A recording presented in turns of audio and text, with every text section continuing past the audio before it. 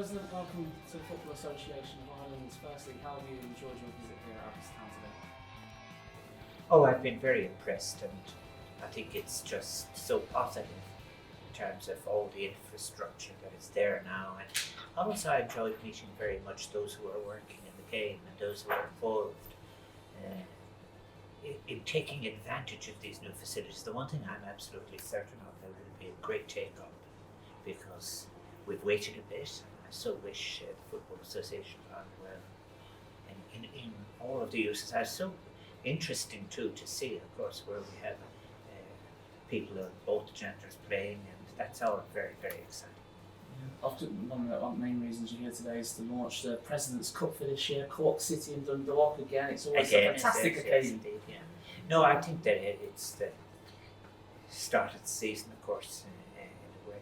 But look, at anyone who's interested in football must admire the level that Cork City and Dundalk have brought about. Indeed, Stephen Kenny's migration probably represents a challenge for Dundalk. I wish them well. But it's been wonderful to see the pride that those of us who attend the league, for example, regularly can have in seeing them playing in Europe and playing with such quality. I think that that's maybe the part I like very, very much myself. I'm very much a supporter of the active game. I've always been saying to people, there's a huge difference between those who have an attachment, let us say, to their local club, those who might have seen members of their families and neighbours coming up through the junior ranks. That kind of informed football population is very, very different to those who have confined themselves simply to just be passive supporters of football. And there's an atmosphere to it. One of the most striking things for me over the years, and particularly after I went to Galway, was the families that are involved. It goes through the generations. I'm very, very much interested in seeing football as well being built into the health regimes of both in very young areas in relation to challenging obesity, but also in the old ages in relation to staying active. It might surprise you to know the number of players who are actually also using yoga, for example, and for just staying supple and having flexibility, and that can go right through life. It's very, very. I thought your office staff looked very fit as well. Of course, you've touched obviously majorly on the domestic game. One of the recent developments here at the FAI is that Stephen Kenny has come from the domestic game and is now being propelled to international football. That must be a proud thing for Ireland, I suppose. Yes, I think so. And the time I suppose came most interested in soccer was when I was in Manchester a long time ago. Sloan was playing. That's Stitchin Bob Charlton. I was in Manchester between 60 and 71. That time we were all went to Saturday football, as it was then. I'm not going to say anything about Rupert Murdoch, but the fact is that what is very interesting was how it was really built into communities and built into traditions.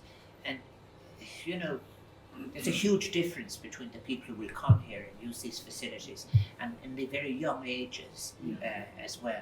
They're very, very different from people who would confine all their talk about football to who is bidding for a foreign player or something like that. And it's families that really back for. As also, why I am here is to say it is just a fantastic resource when Ireland is making bids for international soccer tournaments, that the sheer quality of the Irish supporting public and the reputation that they have achieved, and that is very, very valuable to any of us who are interested in football. I remember where would you see people cheering the team that had beaten them, but also the community afterwards, the reception that they get. That's pure gold. Well, football clubs are obviously pillars of the community, and obviously this year we're going to have even younger people getting involved in the national game, under 13 league coming in. Yes. That's fantastic to see, I suppose, across Ireland, not just centred around the cities, but in the counties as well. But I think the clubs need support. Yeah. And when I was involved directly with Galway United, for example, I was very, very familiar with the situation, not just in Galway United, but with a number of the clubs. Very, very few clubs could, in fact, what you took at the gate was only a fraction of your costs, and what you really need is support.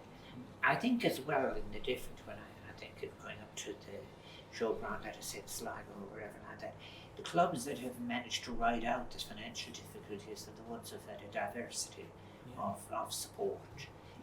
There's always very risky if you're reliant on a single sponsor.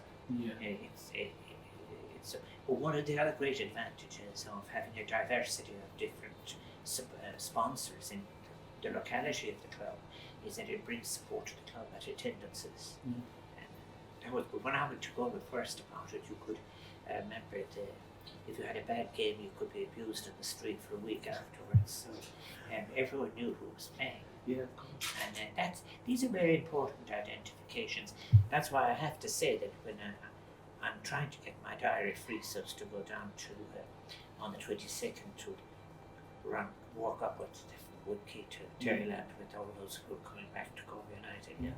Well, I've very, very much wished the new manager, Alan Bertie, every success. Well, he's signed it. I suppose you must ahead of the new first division season. He's bringing a lot of local players into the squad. A lot of young players he's bringing up as well. And I suppose, like you touched on there, making those clubs pillars of the community. I suppose that's the ethos, which you make you and supporters proud to see those local players doing so well. Oh, very much so, and it is one of the reasons why it's such a pleasure to wish Stephen Kenny well, because really the great mark of a manager is to be able to let players develop and come to their best, and also to be able to do so in a way that is sympathetic to the player's own personal development.